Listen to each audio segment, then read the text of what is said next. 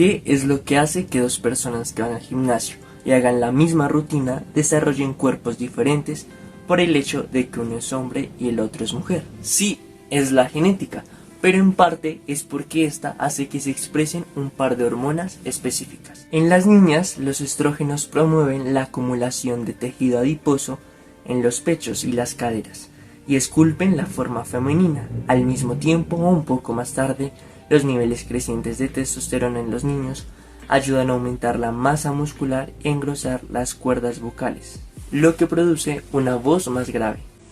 Hoy veremos el sistema endocrino. Podemos ver al sistema endocrino Como una especie de director de orquesta, coordinando y regulando todas las funciones corporales. Cada glándula endocrina es como un músico que contribuye a la sinfonía general del cuerpo.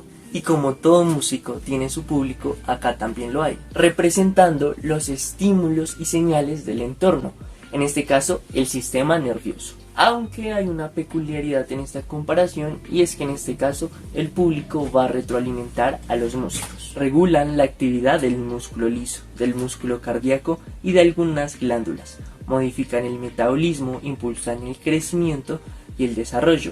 Influyen en el proceso reproductivo y participan en los ritmos cardíacos, establecidos por el núcleo supraquiasmático del hipotálamo. Una hormona es una molécula mediadora que se libera en una parte del cuerpo, pero que regula a unas células que están en otra parte, siendo así la influencia del sistema endocrino bastante grande, ya que puede regular virtualmente distintas partes del cuerpo. En algunos casos puede ser de forma inmediata, aunque la mayoría de veces tarda unos minutos. Las glándulas son estructuras formadas por células epiteliales secretoras. Cuando hablamos de endocrinas, la sustancia es enviada por el torrente circulatorio y las exocrinas al interior de las cavidades o de su superficie. Al igual que las llaves que abren puertas específicas, las hormonas se unen a receptores en la célula diana mediante unión química.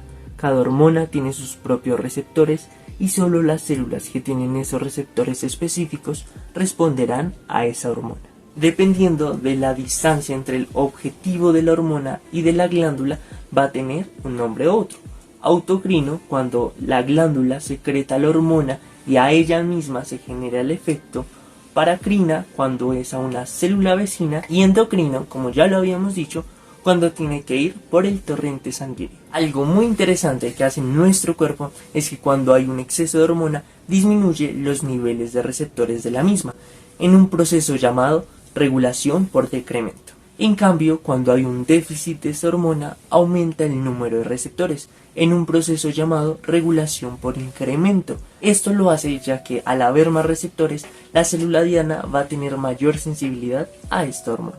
Hay una clasificación de las hormonas en hidrosoluble e liposoluble. Las liposolubles van a ir por el torrente sanguíneo acompañado de proteínas transportadoras. Al mismo tiempo tendrán sus receptores, que es como el aviso de llegada dentro de la célula diana. En cambio, en las hormonas hidrosolubles, su receptor va a estar en la superficie de la membrana, ya que por su composición de hidrosoluble no la puede atravesar. Las hormonas liposolubles son efectivas por vía oral, mientras que las peptídicas y proteicas, como la insulina, no lo son. Por esta razón debe darse inyectada. Algunas hormonas necesitan la presencia simultánea de otras para desencadenar una respuesta completa. Por ejemplo, la adrenalina por sí sola genera lipólisis, pero en un grado muy bajo. En cambio, esta acompañada de células tiroideas genera una estimulación hacia la lipólisis mucho más grande. De forma en la que en las hormonas también vamos a encontrar efectos tanto sinérgicos como antagonistas. Cuando hablamos del sistema endocrino, es necesario abarcar glándulas y órganos específicos, como es el hipotálamo, la glándula hipófisis, la glándula tiroides, la paratiroides, las glándulas suprarrenales, la glándula pineal y el timo, los islotes pancreáticos, el ovario y el testículo. Los tres últimos mencionados no serán tocados en este video, ya que es mejor trabajarlos de manera individual. La hipófisis consta de dos lóbulos, el anterior, llamado adenohipófisis, y el posterior, denominado neurohipófisis. El adenohipófisis representa aproximadamente el 75% del peso de esta glándula. Se compone especialmente de tejido epitelial. En el lóbulo anterior tenemos 5 tipos de células. Las somatotropas, que liberan nada más y nada menos que la hormona de crecimiento humano. Ella destaca como la más abundante en la adenohipófisis. Su función principal es estimular la síntesis de factores de crecimiento similares a la insulina. En los niños ayuda al crecimiento y en los adultos al mantenimiento y la formación de músculo y tejido óseo. Favorece la curación de heridas y la reparación tisular, al mismo tiempo que incrementa la lipólisis. Cuando los niveles de glucosa en sangre disminuyen por debajo de los rangos normales, se libera la hormona somatostatina, que es un inhibidor de la hormona de crecimiento. Además, hay varios factores que pueden estimular la liberación de esta hormona, como lo es una disminución de los ácidos grasos o un aumento de aminoácidos en sangre. El sueño profundo, la actividad elevada del sistema simpático como cuando hay estrés o se hace ejercicio, y la influencia de otras hormonas como el glucagón, el cortisol o los estrógenos. Lo que hace que si vemos cómo se libera cada una de estas o lo que genera la lipólisis es centrarnos en hábitos saludables y cómo esto aumenta la producción de la hormona de crecimiento.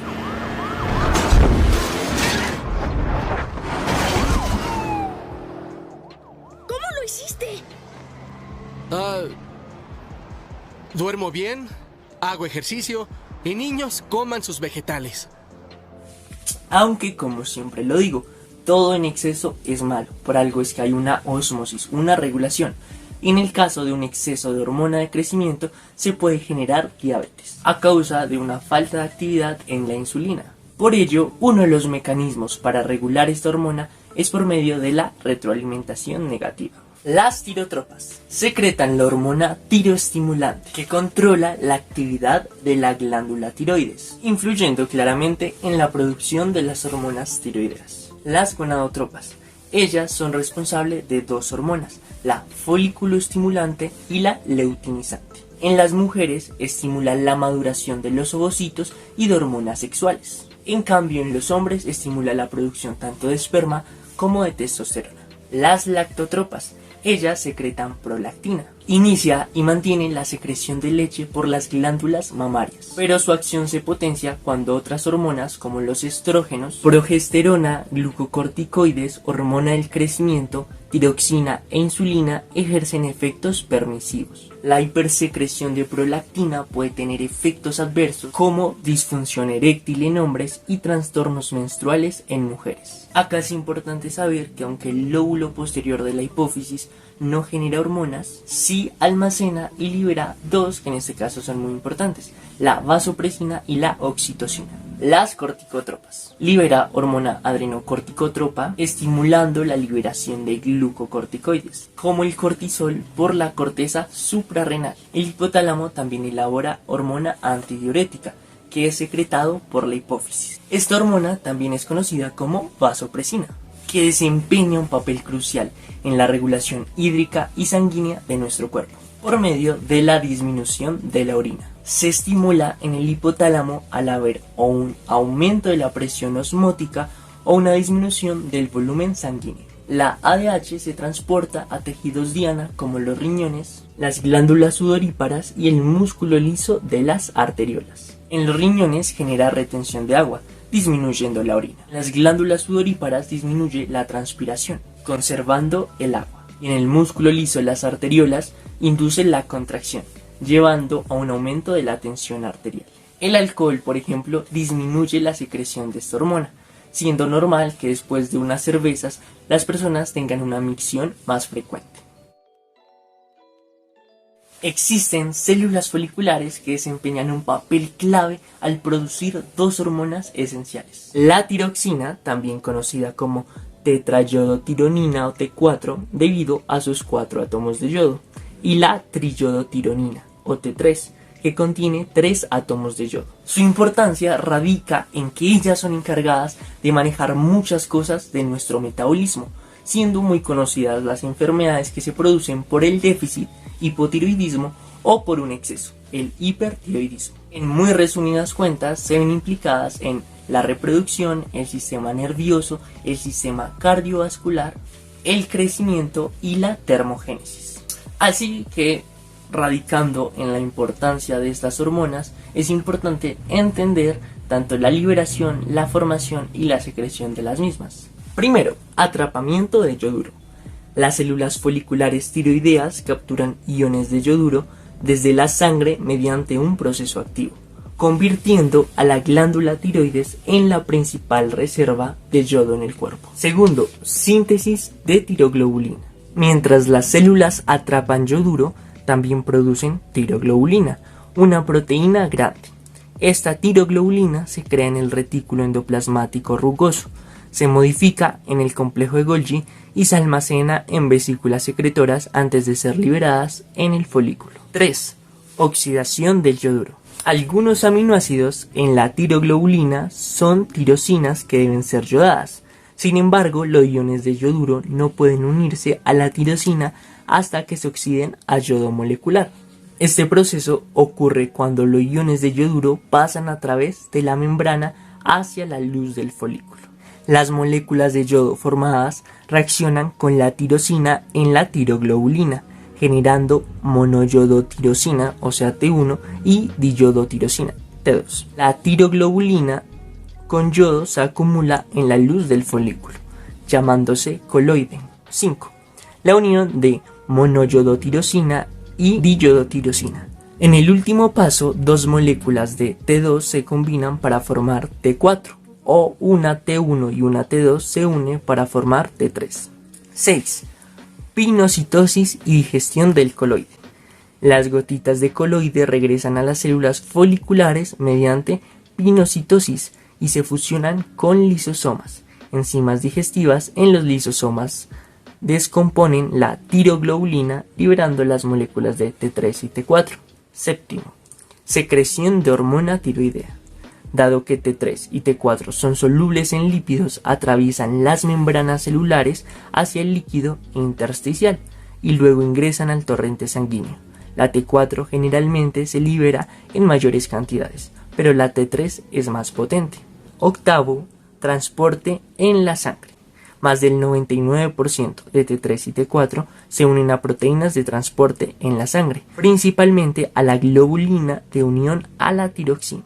Otra cosa muy importante a mencionar de las glándulas tiroideas es que en los entornos de los folículos tiroideos encontramos células C o células parafoliculares, las cuales generan la calcitonina, que como ya debes saber es fundamental para la homeostasis del calcio. La corteza suprarrenal se subdivide en 3 zonas, de las cuales cada una va a secretar hormonas distintas. La parte externa es la zona glomerulosa. Secreta hormonas llamadas mineralocorticoides porque afectan la homeostasis mineral. El principal mineralocorticoide es la aldosterona. Piensa siempre en su nombre, aldosterona, termina en na de sodio.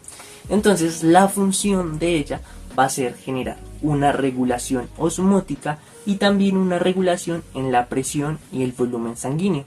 Esto lo logra mediante la reabsorción de sodio y la excreción de potasio.